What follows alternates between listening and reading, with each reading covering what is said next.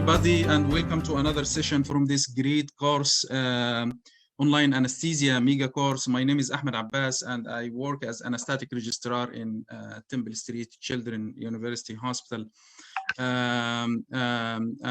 Registrar anesthetist with a special interest in pain. I had 1 year of training in pain medicine in Cork University Hospital last year, and I finished my Irish diploma of pain medicine. So today I'm going to be your moderator through this course. Today we will have 2 lectures.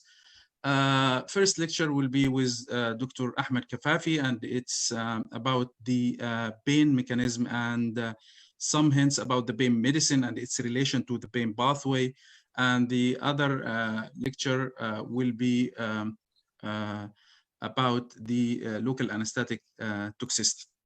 So we will start with the first presentation with Dr. Ahmed Kafafy. Just a brief introduction about Dr. Kafafy.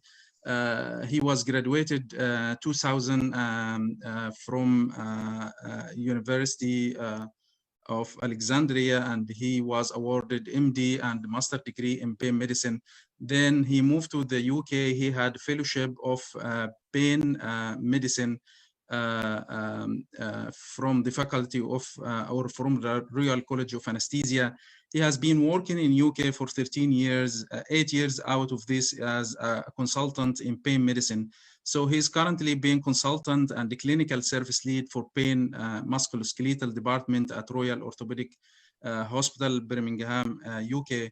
And before starting this session, as you may have heard from Dr. Saad Mahdi, Dr. Ahmed promised to give us brief hint about the registration in the UK as a pain specialist or pain consultant. Actually, everybody to practice pain in UK, he should have a specialist registration in anesthesia first, then pain medicine as special interest. But he has a good experience about or regarding his registration in General Medical Council as pain specialist only, and he promised to give us a good hint about it.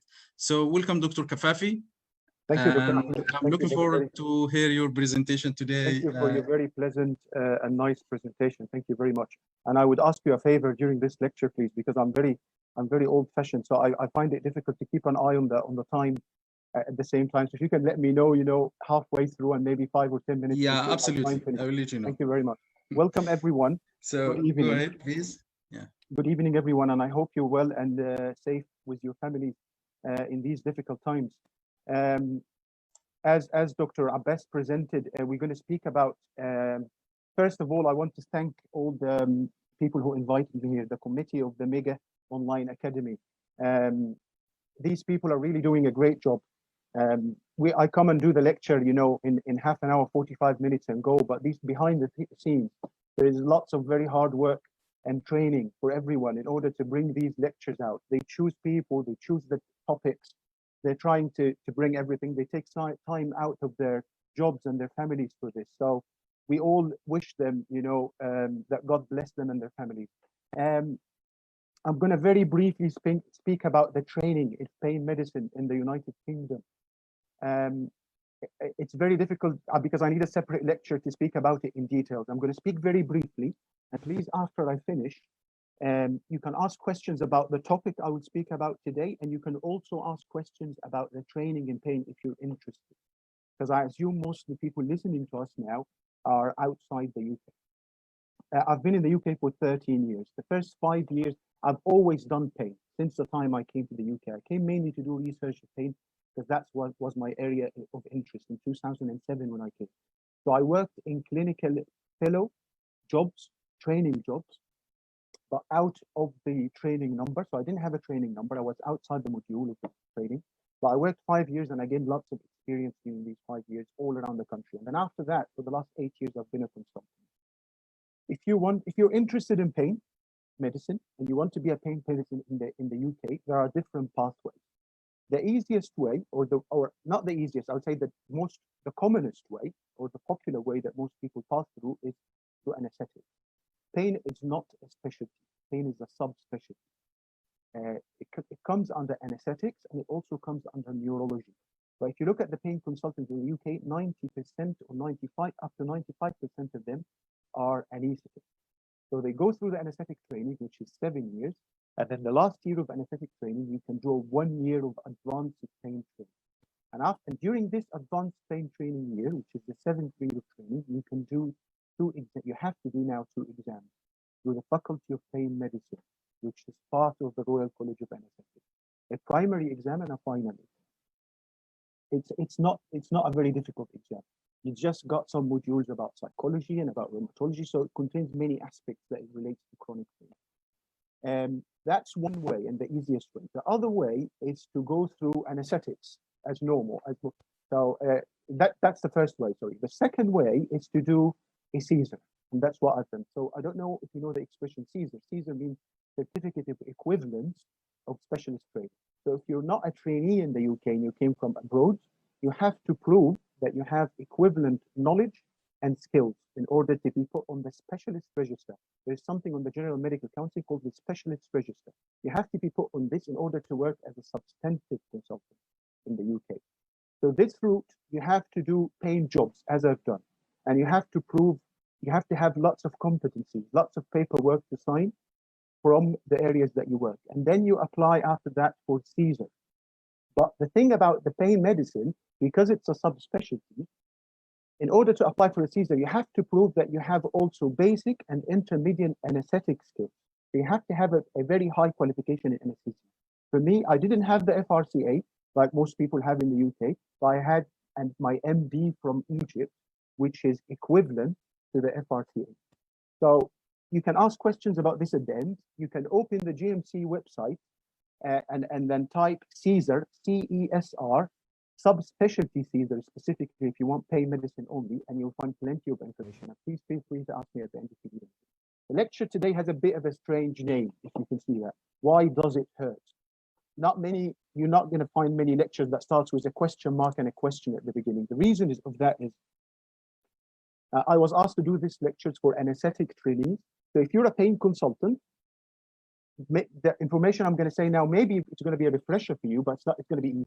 But this is very important, what I would say today, for anesthetic trainees who are setting exams or fellowship postgraduate exams, and to help them with the pain module. Because in order to pass an exam of anesthetics only in the UK, you have to do a module in pain as well.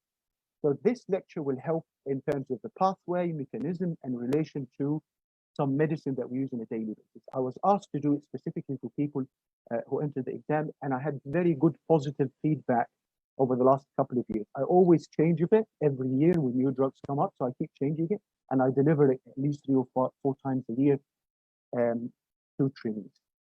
Virtual communication probably is going to be the way through in the future. So hopefully I have another few lectures coming in the next few weeks as well that will be important for exams and fellowship. Why does it hurt means why do we feel pain? What's the reason that we feel the pain? What's the mechanism of this?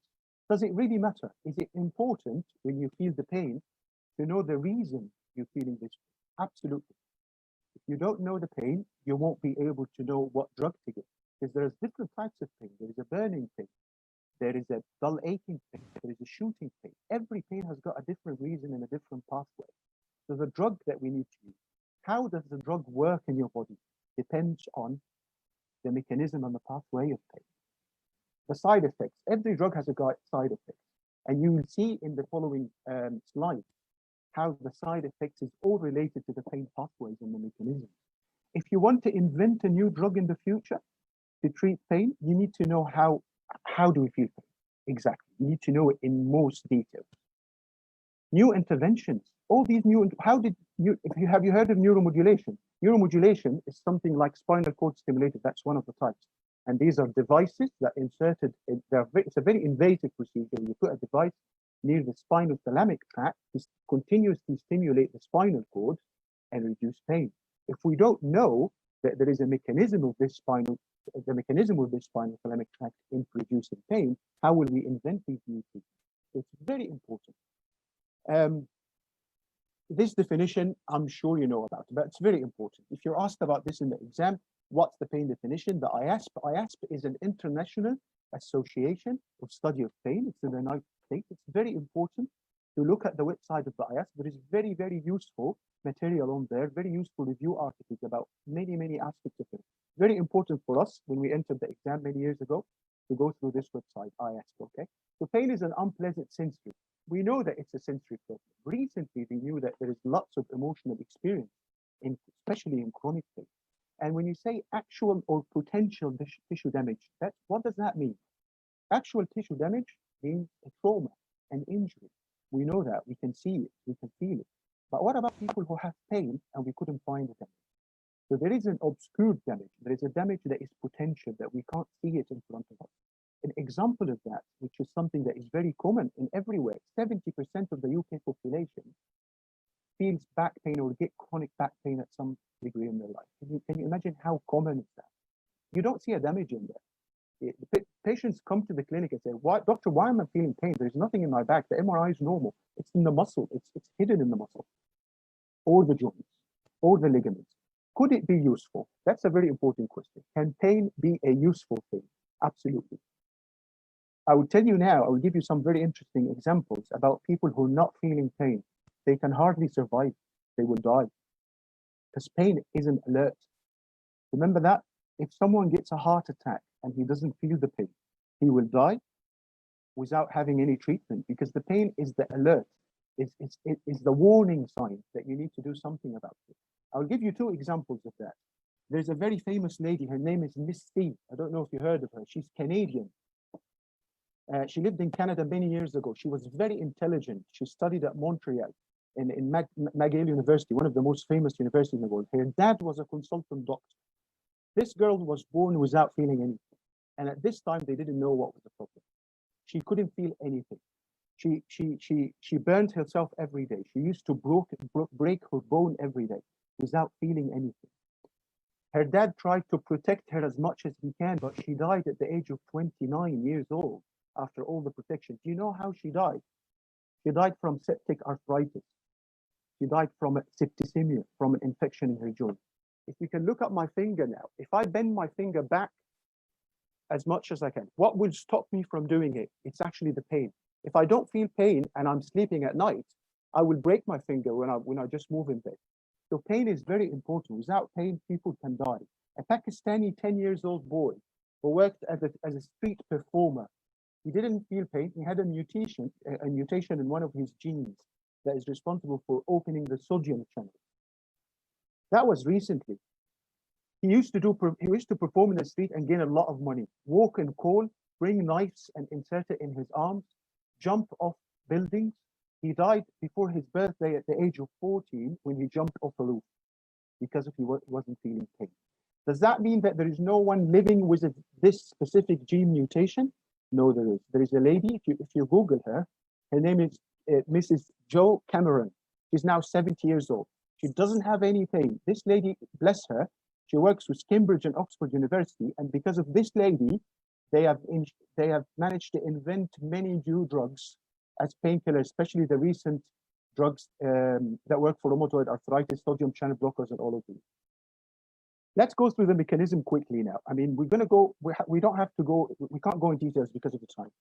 So if you look at this, this is going to be repeated many times throughout my lecture. If you look at this hand, we start by a noxious stimulus, a painful stimulus. Noxious means unpleasant.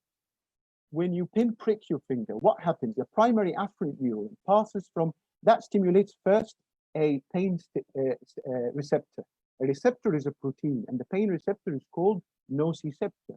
And this primary afferent neuron passes through two different fibers, A delta and C fiber. And they go all the way, as you can see, to the dorsal root ganglia, and then they pass to the dorsal horn of the spinal cord. That's the primary afferent neuron. We probably all know it. And then it decussates to the other side, to the white matter, and then it extends through the spinothalamic tract, all the way to the thalamus in the brain. And then the third order neuron passes from the thalamus to the cortex. And this is where the pain gets perceptive. This is what we call, this is the pain perception. So you don't feel the pain until it passes through all of that. It takes parts of a milli of a microsecond, very quick. But you will not feel the pain unless it goes all the way up. So if we can try and ease it a little bit, we'll describe it as a trip, this pathway. You start it from home. Hopefully, let's hope that this lockdown goes away and we can all go on a holiday or go to the beach or something. We start from your home, the trip, and it ends at the beach. Yeah. So that's transduction, that's the start, and that's what happens at the periphery. The injury, the release of the neuromodulators, the inflammatory mediators, and then the primary afferent transmits to the spinal cord. This is called transmission. And then after that, from the spinal cord up to the brain, and until we call it perception. The last one is very important. It's altered on the way. During your trip, many things happen to you, good and bad. The good things are the things that make this pain better and reduce the intensity of the pain. The bad things that happen, that excitatory neurotransmitter make this pain worse. And this is what we call modulation. That word neuromodulation. On the trip from the periphery to the brain, how can we modulate what's happening to make this pain better? As I told you, this diagram is going to be repeated a lot. Transduction, transmission, modulation, and perception. Remember these expressions because we're going to talk about them in detail. This definition is quite important because sensation of pain is a result of peripheral and central sensitization. It's a balance between excitatory and inhibitory function at different levels. What does that mean? The sensation of pain is like a fight. You know, if two people fighting and one is win, but one is the good and one is the bad. The good is the inhibitory and the bad is the excitatory. The good is the one that is trying to make you not feel the pain, and the bad is the one that is trying to make this pain as severe as possible. So it's the fight. If the excitatory wins, you're going to have chronic pain, and that's what happens. And if the inhibitory wins, which happens in most of the time, especially in acute pain, when you have a small injury or something, you feel the pain for the first few hours, maybe a couple of days, and it goes away because the inhibitory supercell. What do we need to know? These are the titles I'm going to speak about: nociceptors and primary afferent fibers. What happens at the dorsal horn, which is the most important site during the pain journey? Ascending tracts in the spinal cord, pain processing in the brain, inhibition of pain, gate theory, and the importance of the gate theory. We need to know about it. Visceral and neuropathic pain.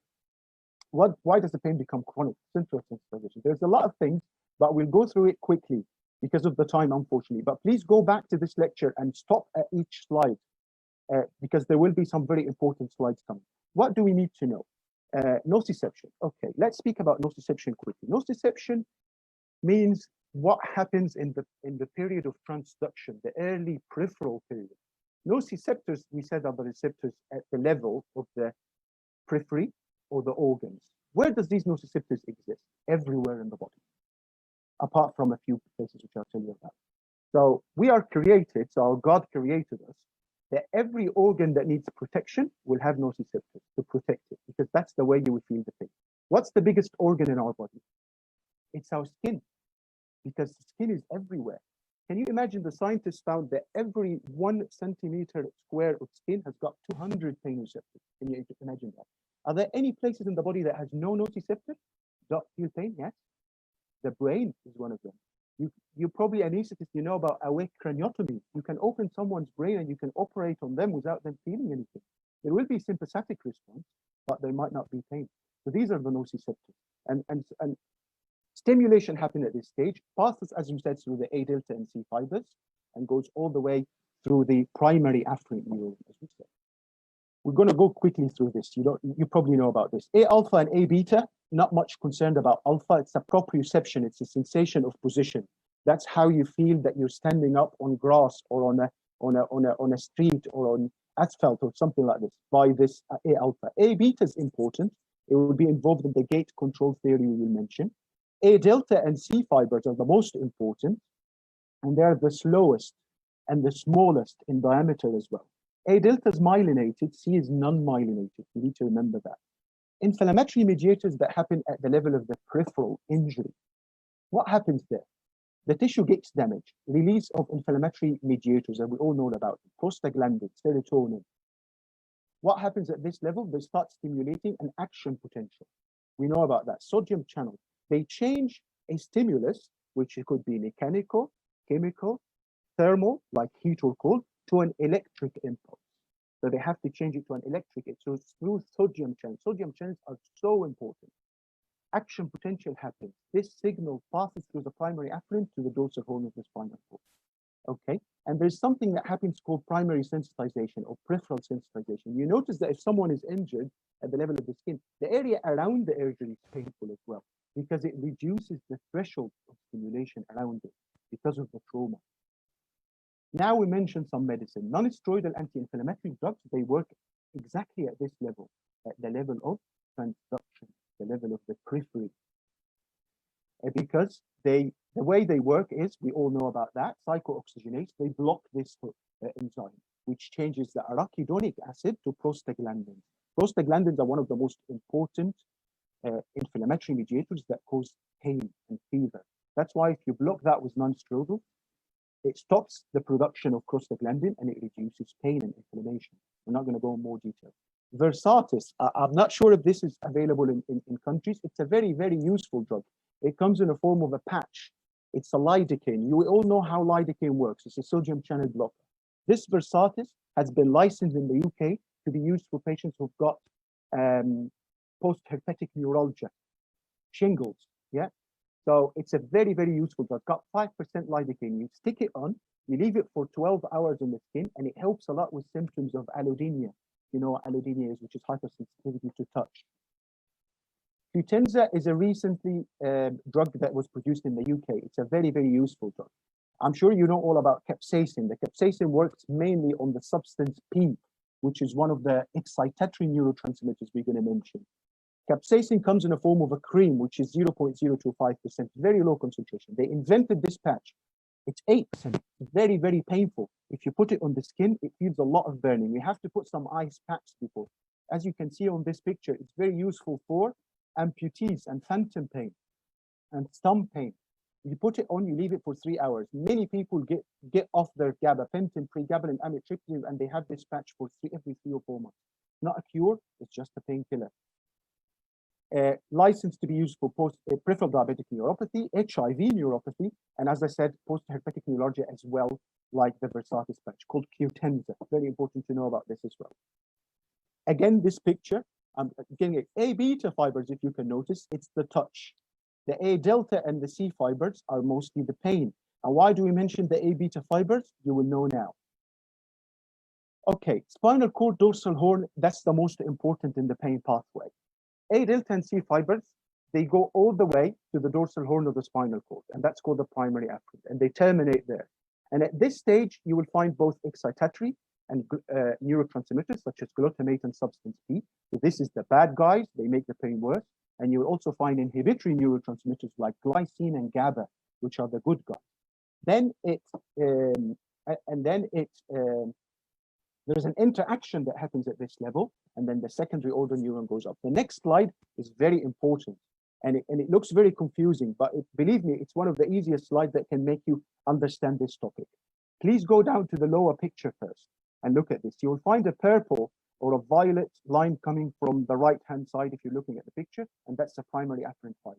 Yeah, that's the one that is coming from the periphery and the tissues. And it goes and relays in the dorsal horn of the spinal cord, as you can see, and then that orange secondary order neuron comes out, decassate to the other side, and goes up to the brain. What about this nice blue line that is coming down from the brain? This is called the descending neuron.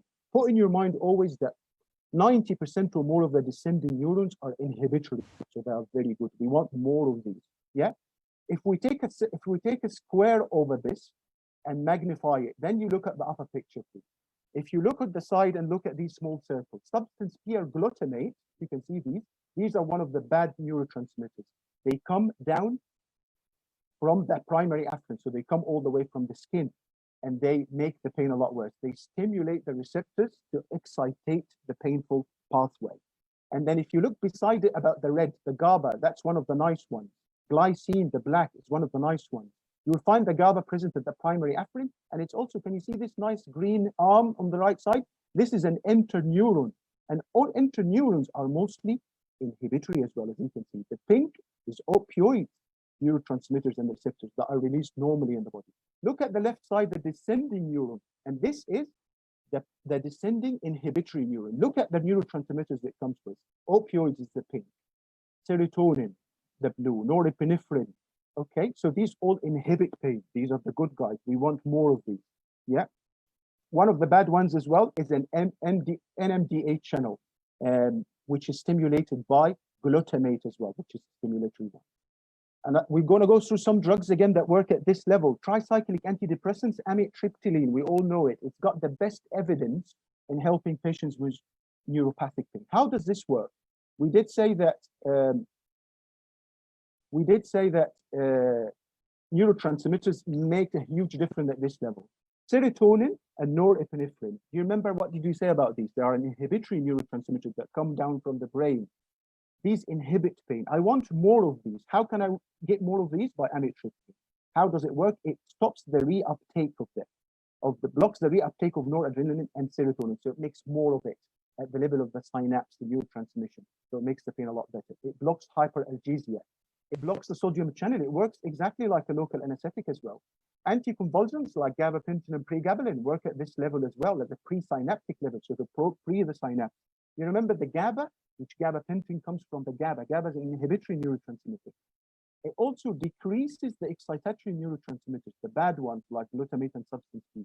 That's why it works very well at this level for nerve pain. NMDA is a very important receptor. An antagonist of it, like ketamine, you know ketamine, we all use in anesthetics, and methadone. They block the NMDA receptor, which is a really bad receptor. One of the reasons of making the pain chronic, they found the NMDA receptors. The ascending tracts in the spinal cord. So we finished the dorsal horn. I know I went through it very quickly, but please go back and read this slide again because it's very important. Ascending tracts in the spinal cord, there are two tracts, spinothalamic and spinoreticular. So now we finished at the spinal cord, decussation to the ventral lobe, and then it's going to go all the way up to the brain. We've got two ways. Spinothalamic, that's a secondary afferent neuron, and that's mainly responsible for localizing and feeling pain, yeah? And it sends some receptors on the way in the medulla to a very important place. Can you see this PAG, periaqueductal grade? That's very important, remember that. So that's the spinothalamic tract, and it goes all the way up to the thalamus, then to the cortex. The spinoreticular, and that's when they discovered that, they then changes the definition of the pain that we mentioned at the beginning. The pain has got an emotional issue as well. That's a different way. It's called the spinoreticular, where it goes to an area of the brain called reticular formation. Look at this picture. So the spinoreticular is the green, and it goes all the way up to the thalamus and the cortex, and that's responsible for the emotional part of the pain, the spinoreticular. The spinothalamic, as we said, the pain intensity and the localization. Pain processing in the brain. That's the end stage where we start feeling the pain. The experience of pain is very complex, as we said. It's affected by cognition, such as distraction and catastrophizing. We need to stop a bit at this bit. So pain is not only a damage to the tissue. There is many other components that affect pain. Do you know what distraction is? The pain, I'll give you an example of someone comes to your clinic and say, doctor, I feel very bad pain in my knees. He's got arthritis in his knee, and he feels severe pain at night time, specifically. You know, because he's focusing more on his pain at night time. But what about, we asked him, what about you at work? He said, I don't feel it. I hardly feel it at work because he's distracted. And that's one of the mechanisms of mindfulness, CBT. You know, all psychological interventions work by this way. Catastrophizing, what does that mean? That's a very important expression of people who have chronic pain or suffer from chronic pain. Because catastrophizing means exaggerating. So they think that when they move, they're going to damage, they're going to cause damage. So that's all about belief. So the patient comes to you and said, doctor, I don't want to move because when I move, I feel pain. And I tell him, okay, that's fine. Why don't you move then? Because he said, I'm going to damage my back. So he's got thoughts in his mind that because he's feeling pain, he's causing damage. When you show him his scan and explain to him that he doesn't have much and that the movement will make him better, you'll find that his pain improves a lot. So cognitive behavioral therapy is one of the most important therapies in chronic pain, and also mindfulness, which we can speak about this in a different lecture. Pain matrix, you need to know about this expression, which is very important. They did lots of functional MRI scans to see how the brain behaves when you're feeling pain, and they find amazing things. So just put the pain matrix and search for this, and you'll find very interesting subjects about what changes they found happening under MRI when the people feel pain, and will also their emotions change. Common areas of pain perception. I'm not going to go through in details of this because we haven't got much time. Inhibition of pain transmission. That's something very important. You want to make the pain better. How can you do that and at what level? The most important, that's the natural inhibition that happens in our body. without any medicine. There is something called gate control therapy that happens at the spinal cord level, and there is a descending inhibition that comes from higher centers. If you remember the blue, you remember the nice blue line that comes down from the brain? That's the descending inhibitory modulation from the PEG and the RVM, which are very important areas of the brain. What's gate control theory? Very interesting theory discovered in the 60s. Can you imagine that? It's still one of the most important things that happened in the last century, the discovery.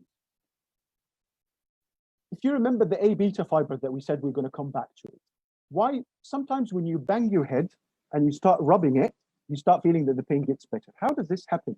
This happens by a very interesting mechanism, and that was proved. C fibers stimulate the interneurons at the dorsal root ganglia and release excitatory neurotransmitters. Yeah, we agree on that, especially substance P, which is released by the C fibers. And then when you start rubbing, you stimulate a completely different fibers called A beta fibers. The A beta fibers go to the same area of the dorsal root ganglia, but they put massive amount of inhibitory interneurons to inhibit what's happening at the dorsal root. I hope that makes sense that way.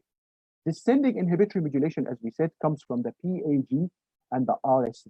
These are very important areas in the brain because they send down inhibitory neurotransmitters. If you look at this picture, the red and the green, the red is the ascending pathway. Yeah, and that goes all the way, as we said, to the hypothalamus, and it goes to the somatosensory cortex. And then once that happens, then the body starts to inhibit this stimulus to reduce this pain. And how this has happened by releasing inhibitory neurotransmitters. And the descending pathways goes down. It starts in the cortex and it goes down through the PAG, which is the periaqueductal gray, as you can see that in the middle, in the midbrain, and then it passes through a very important area as well. It's called the RVM, sorry. And then it goes back to the dorsal root of the spinal cord, as you can remember. This green was blue in the previous, sorry, I'm confusing you now. This green was a blue line in my previous slide. So it goes down to this level and it releases, if you remember, serotonin, norepinephrine, and the most importantly, what does it release? Opioids. We've got natural opioids in our body, which is very important. It releases that. And you know, the descending inhibitory pathway also responds to relaxation and exercise. So if you go out for a walk, some people come to you from clinic and say, I've got severe back pain, doctor, when I'm sitting. But when I go out and walk in the park a bit, it feels better. Because exercise has proven to stimulate this inhibitory pathway, this descending inhibitory pathway. It increases endorphin, morphine in our body. Very quickly going to go through visceral pain. That probably needs a different lecture. So visceral pain is different. It arises from organs inside our body, innervated mainly by C fibers. It's diffuse, it's deep, it's associated always with autonomic change. So anyone who's got visceral pain, got problems with his bladder, anyone who's got cancer that is pressing on organs, it causes nausea, vomiting, changing heart rate, all of these are autonomic changes. It evokes very strong emotional responses. Studies show that people who've got visceral pain are more depressed and anxious than people who've got musculoskeletal pain, and these are studies show that. In contrast to somatic pain, it feels like a burning or a crushing pain, yeah, and it's mainly because of the distension or the stretching of these organs. And then this stretching reduces the blood supply to the organ, so it causes ischemia, and then after that it results in necrosis and irritation of chemicals. This is very important as well to know about the third pain. The third pain is pain that is felt at a different place from the injury completely. Like someone who's got had a gallbladder surgery with a laparoscopy, and he diaphragmatic irritation, and he starts feeling pain in his shoulder. Why is that happening? Because or someone who's got a heart attack and then he starts feeling pain in his back or his shoulder as well. Because both afferents pass through the same pathway and go to the same area of the dorsal root ganglion. So the relay, the central mechanism is the same, although the peripheral comes from two different areas. And this is a diagram, very useful diagram. You can go back to it about most areas of the third pain, which is important for us to know. We all know about neuropathic pain, damaging that happens to the nerve, and many things can result in neuropathic pain, and there are many different types. My next lecture, I'm going to speak about management of neuropathic pain and the drugs used in it. So I'm not going to go in details today. So next week, hopefully, we're going to go in more details about this. CRPS, more details also next week, which is complex regional pain syndrome. We're going to explain the mechanism of this. It comes under a word of stamp, so there are sensory changes, trophic, autonomic, motor, and pain. No one actually knows the exact mechanism of CRPS. a very bad disease that it's very difficult to treat because there is extreme hypersensitivity that is usually not related to the degree of energy.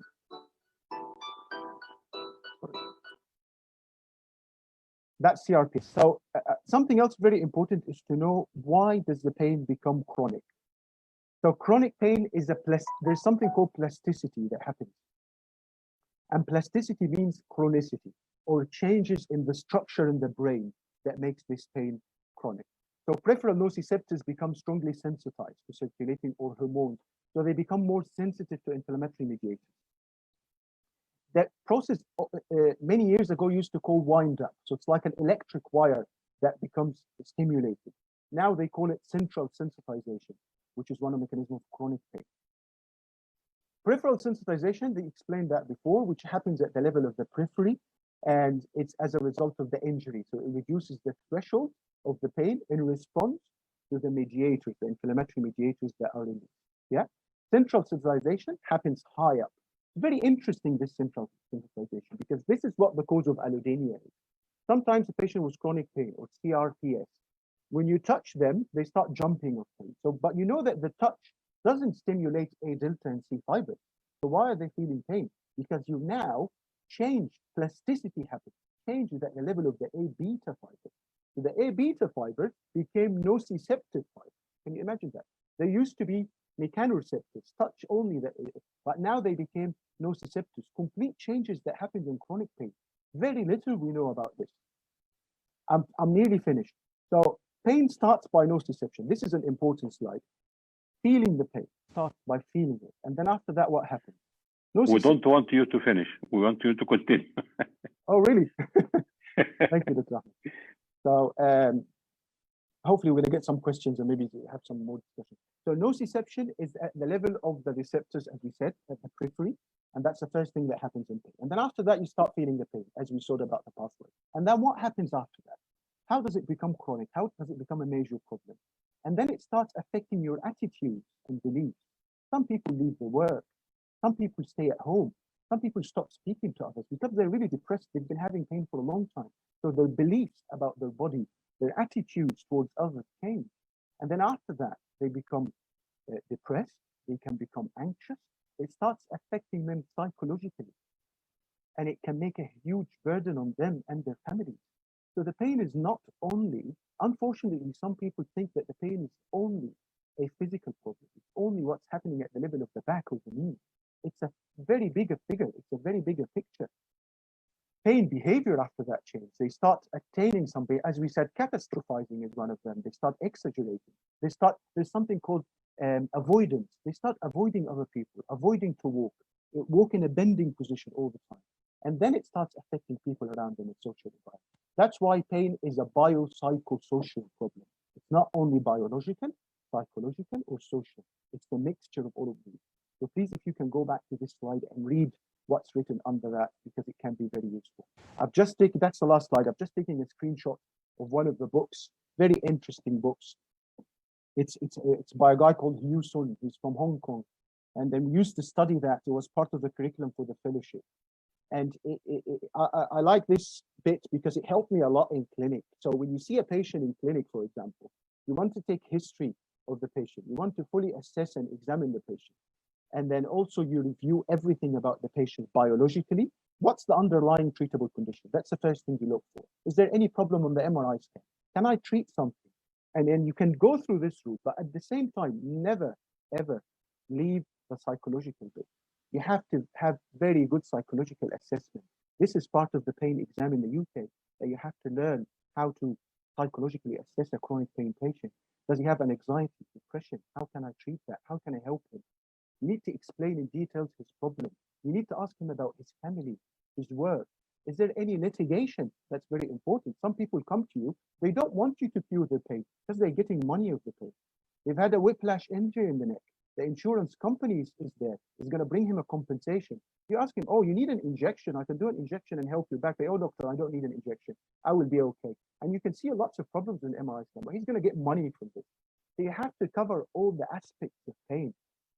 You have to look at his paddles and daddles. That's a very important thing. Paddles are personal activities of daily living. What is the pain stopping him from doing? Is he able to dress himself? Is he able to walk? Is he able to look after himself? Because you're going to put a management plan for him. We very rarely cure patients with chronic pain. Very rarely. I'll be honest with you.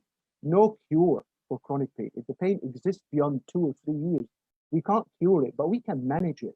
We can teach the patient how to live a good life with his pain by teaching him. There is something in the UK called pain management program, which runs over a period of 6 to 8 weeks. Maybe we can do a lecture about that in the future.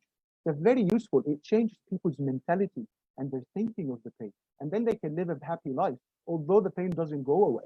And we reduce the medication to the minimum as well.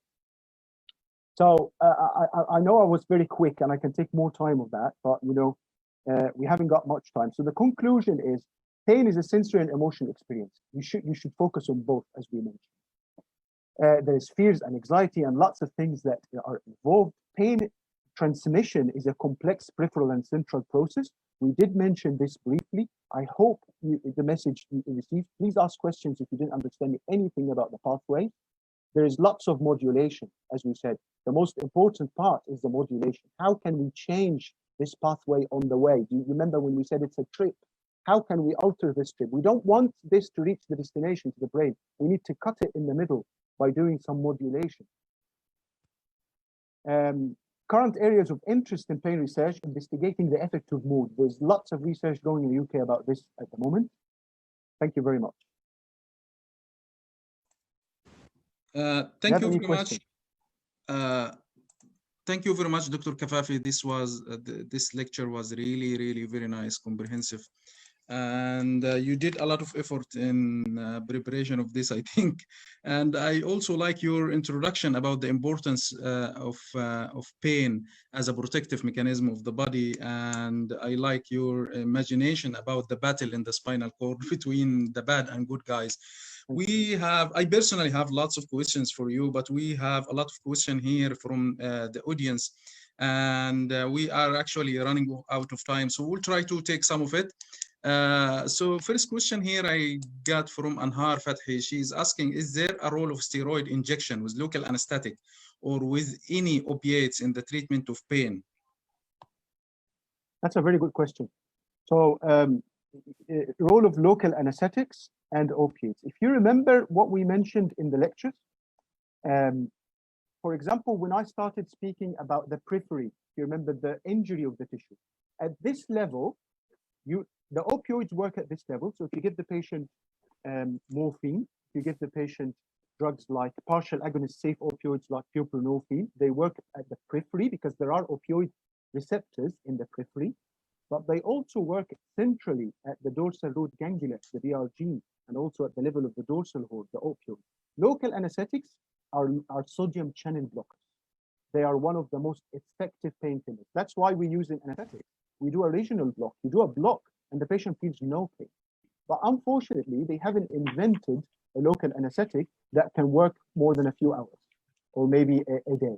They haven't. There is a drug called mexilotine in the UK that has proved to be complete failure because it's got lots of side effects. But the research is working now on local anesthetic sodium channel blockers that can be used for chronic pain. So yes, there is a role, but I wouldn't advise you to start chronic non-cancer pain patients on opioids because there is an opioid crisis in the whole world at the moment.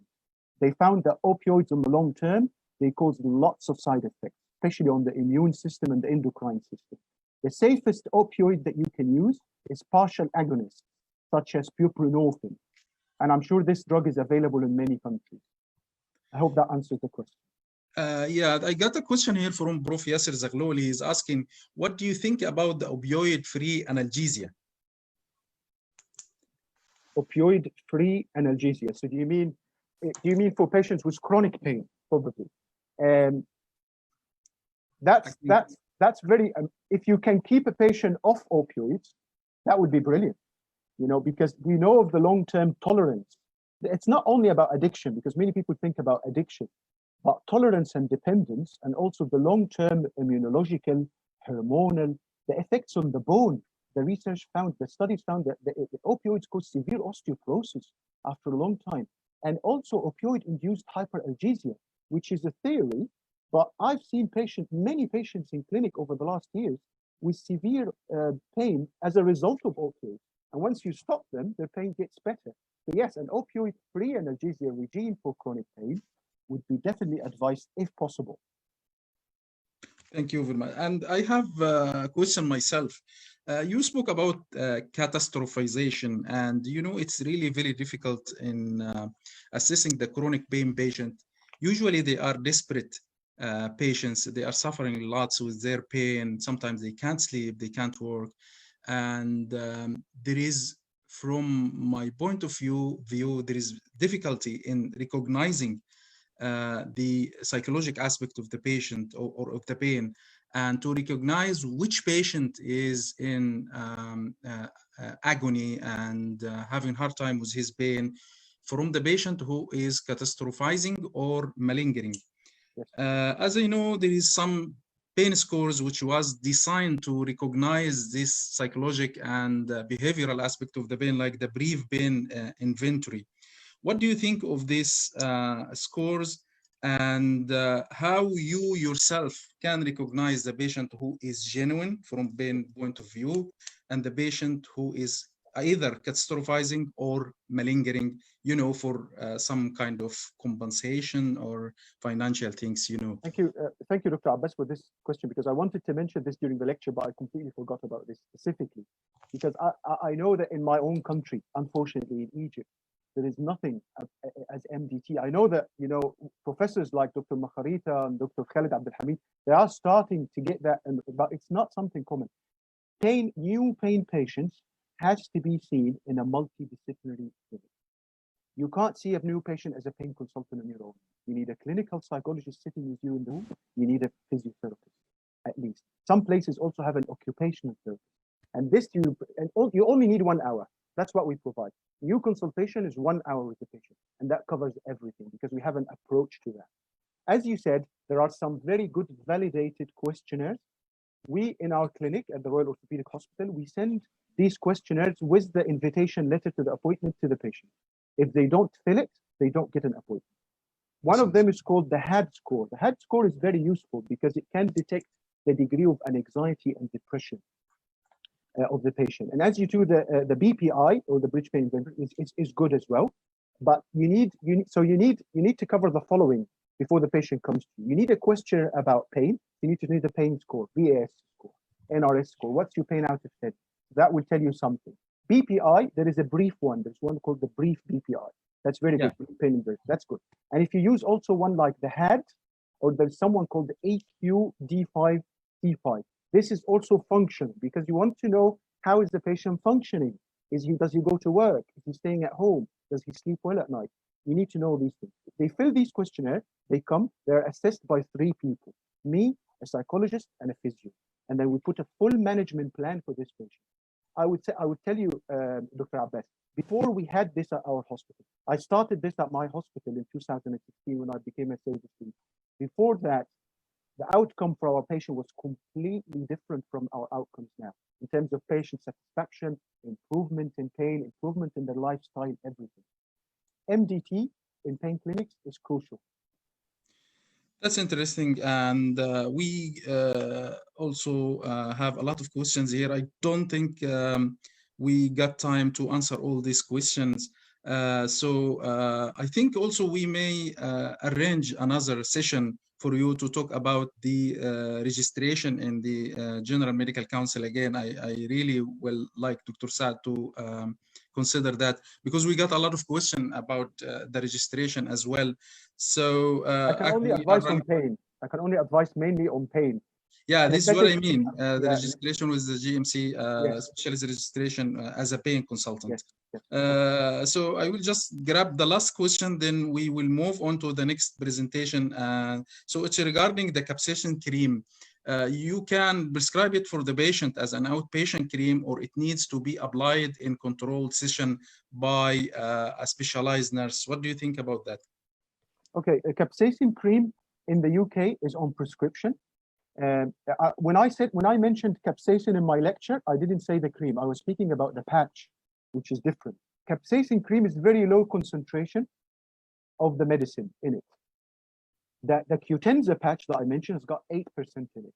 The cream in many countries, including many European countries, can be get over the counter. So you can go to the pharmacy and buy it. There's two strengths of it, 0.025% and 0.075%. In the UK, unfortunately, it has to be a GP or a pain consultant that prescribe it. My advice before prescribing capsaicin, don't give it for back pain, don't give it for any musculoskeletal pain. It only works for peripheral neuropathic pain. If someone have a peripheral nerve injury, and it has to have symptoms of allodynia and hyperalgesia, hypersensitivity in the skin. It works very well in this case. Thank you very much, Dr. Kafafy. This was interesting, really, and we hope we will see you again in another lecture in this anesthesia mega course series. I would appreciate if you will stay with us, and if you will try to answer some of these questions sent by the audience, either by typing or whatever you will find appropriate.